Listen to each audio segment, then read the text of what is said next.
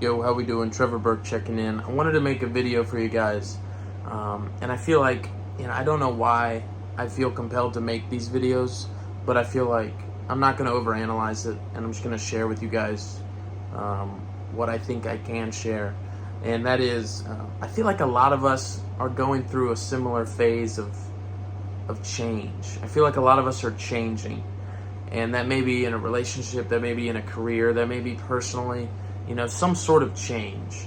Maybe they're an environment change, and where the old customs and the old routines of the past are starting to die off, and we're stepping into a new version of ourselves. And it's human nature to resist change. We love what's certain, and we love what's predictable. We have a sense of certainty, where we need to be certain of a few things.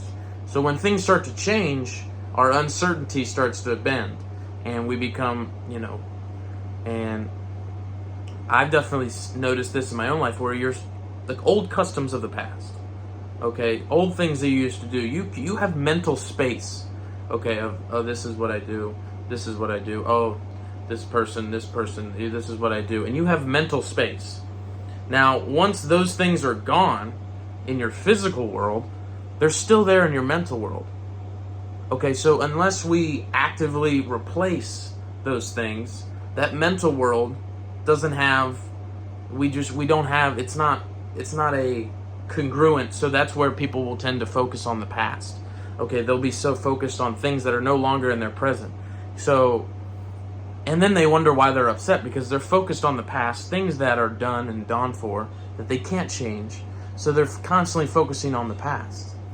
So, number one, when you're in a season of change, noticing that things are changing, okay, and flipping the script from, change is scary, to change is good, change is growth, change is what's required to become that next version of myself, okay, whatever that is.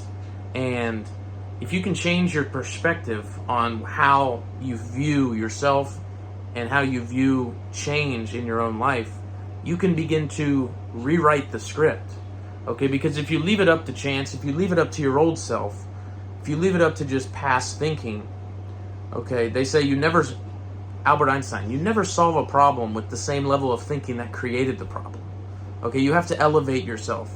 And he also said, if you were to match the frequency of the reality you want, if you were to match it, if you were to get on the same frequency as the reality you want, you could not help but get it.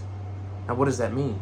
Okay, we all have a version of ourselves, the relationship, the body, the mind, the spirituality. We all have a version of what that person looks like. Whether we have a very specific version or it's very vague and we've thought about it before. A lot of us have that version. Now, the problem is, a lot of us associate with that with as something that's far out, something that's in the future, way far out in the future. And the problem with that is, when something's that far out, the emotional intensity is not as high. And when the emotional intensity is not as high, you don't take as much action. So what we can do is we can begin to bring that version to the present and begin to act, begin to talk, begin to walk as if you were the person that has the body, has the money, has the relationship, has the status, has the mental, spiritual, well-being that you desire, that you deserve. If you were to walk and talk and act and think as if the person you want to become, wouldn't you think that you could begin to trick yourself into believing that you are that person? Now, if you're being honest with yourself, the answer is yes. And there's neuroscience, and it's one of the beautiful things about, as this technological age moves on, is science and spirituality are just kind of proving each other right. And, at first it was like, oh, they're against each other, but really they just prove each other right. And a lot of this manifestation, a lot of this visualization stuff seemed in the past was like, mumbo jumbo and just kind of hearsay and witchcraft and, charlatans and all this bad stuff. But in reality, a lot of it, there's a lot of truth to it. Okay, there's a lot of truth. And then if you just go to the good book, okay, he says, without a vision, we perish. Okay, without a vision for ourselves, we don't really have, the energy to go out and pursue something. So as you're changing, as you're going through this uncomfortable time where the old customs of the past are no longer there, I want you to change your perspective. I want you to look at this change as a chance to reprogram, a chance to reinvent, a chance to set a better sail, a chance to get closer to that ultimate version of yourself, whatever that version looks like. And going back to that Albert Einstein quote of matching the frequency, a lot of people are like, what does that even mean? What does that mean? Think about when you FaceTime someone. Think about when you connect your phone to a Bluetooth on a car. What's going on there? Okay, you're matching the frequency of that person's on. Okay, their phone, FaceTiming your phone, you match the frequency, boom, you're on the same frequency.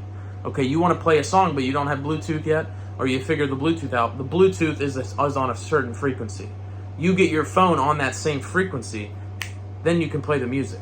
Okay, it's the same thing with anything you want in your life. The body, the mind, the relationship, the business, the impact. Okay, the person you want to become. That person exists on a certain frequency. On a certain frequency. Now, it's up to you to be able to match the frequency of that person, of the reality you want. And what does that look like? Okay, how does that person think? What type of beliefs would you have to live that type of life, to have those type of results, to be that confident? Okay, what beliefs would those be? Okay, what type of actions would they take daily to ensure that they would feel, act, and acquire the results that would be on this frequency? Okay, who do they hang around? What type of friends would they associate with to be able to have, the confidence and to have the resources and have the conversations that would be equal with that frequency? What kind of friends? Okay, and then when you begin to look at it like that, you can begin to bring that version of you, to the present moment. And whatever doesn't match in the present moment with that, begin to discard. All right, friends, I can love you from a distance, but you gotta go. Okay, these habits that I have, they gotta go. And the thing with that is, whenever you discard something, you must replace it. Okay, this is why a lot of people are depressed. When they're focused on the past, okay, they're still there mentally focusing on it, spending all this time focusing on something that's in the past. Okay, now that's a recipe for disaster. And then some people, they can distract themselves, but when you are trying to change something in the past, believe when it's gone in your physical, it's still there in your mental. So you have mental space that is just unoccupied. Now the cool thing about that is you can plug and play. You can basically plug in new circumstances, new desires, new habits into your subconscious, or to fill that mental space. And that directs your focus on the future.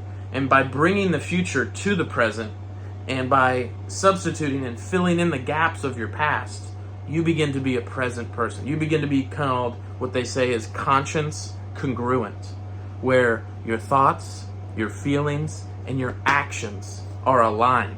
And they're aligned with this version of yourself. And you're beginning to match the frequency of the reality you want. And just as Einstein said, once you match that frequency, you can't help but get it. Okay? It's so cool. It's so cool.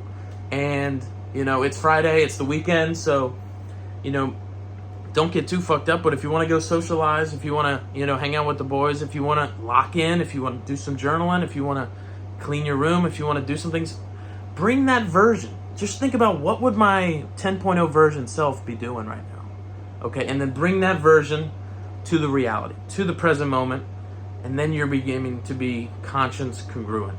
And you're beginning to match the frequency.